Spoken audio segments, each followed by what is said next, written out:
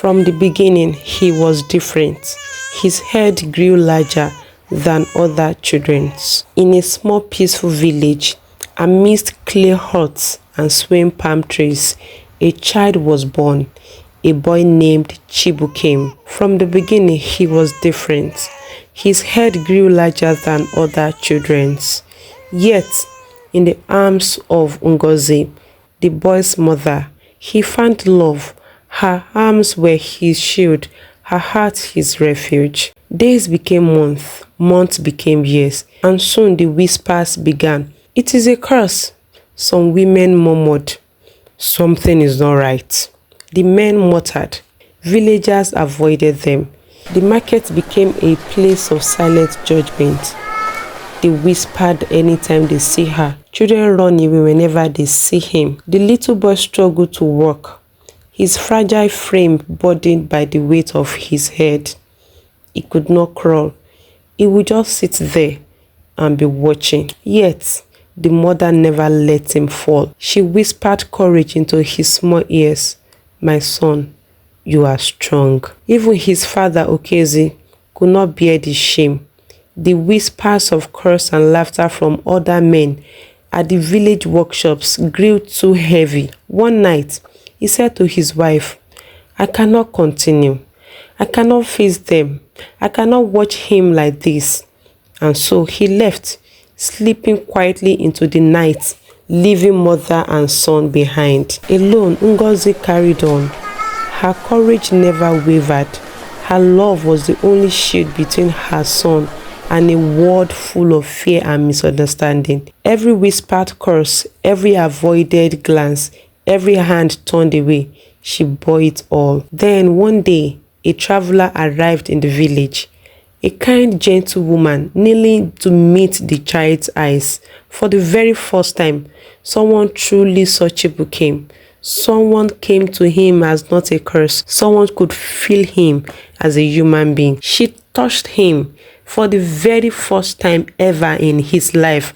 Another person touched him apart from his mother and father. Ngozi's face lifted, tears welling in her eyes, hope stirring for the first time in years. Word of the boy with the enlarged head traveled far and wide from one village to the other until it got to a city. A team of doctors and volunteers arrived in the dusty village, driving a white van down the red earth road. Villagers watched, stunned, curious, and wondering what was happening. Who are these people? Why are they here? I hope you are not in trouble in this village, whispered the villagers. The doctors asked for the boy with the enlarged head. Then Ngozi was called to them. The doctors examined Chibukem, explained the condition to Ngozi. This is hydrocephalus. It is a medical condition. It is not a curse. He needs surgery, and we will be doing that for him. The promise of a normal life, and for the first time, the mother believed it could be done. Now 6 years old, Ngozi and her son traveled to the city with the medical team, and at the city hospital, bright halls replaced dusty paths, fluorescent lights replaced firelight.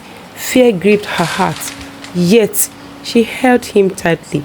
The doctor emerged. Hours later, Ngozi did not hear anything. She knelt down and she started praying. Dear God, please, let this be a success. Let my son be okay. Please teach the medical team what they need to do and how they should go about it. And in the operating room, under careful hands and steady light, hope became reality.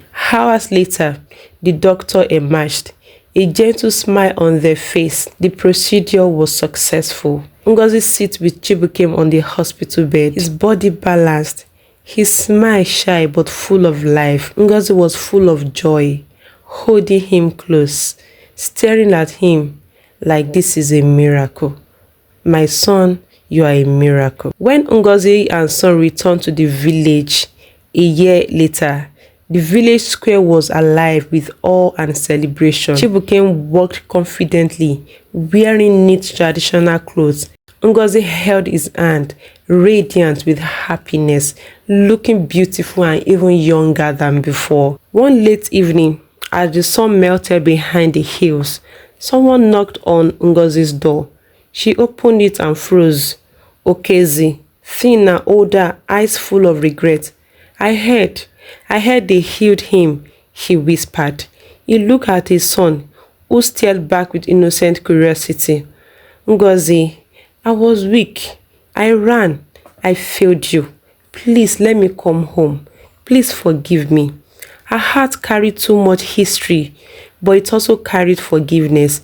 She stepped aside, not for him, but for the family she had fought alone to keep alive, and for the son who deserved to know his father. And they embraced one another in love and unity. The villagers, once fearful, once judgmental, now brought gifts, yams, fruits, clothes, and handcrafted ornaments.